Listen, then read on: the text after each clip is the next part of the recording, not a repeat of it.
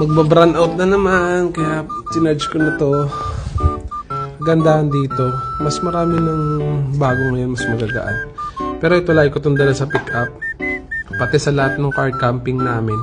Pag gusto nyo makita yung mga car camping namin, search nyo lang sa YouTube, Hamilton Blanza. Mahilig kami mag car camping, dala namin to para pang electric pan sa baby namin pagka nasa camping kami, at pwedeng sa amin na rin, pang electric pan namin sa pang ilaw. Ito siya, oh.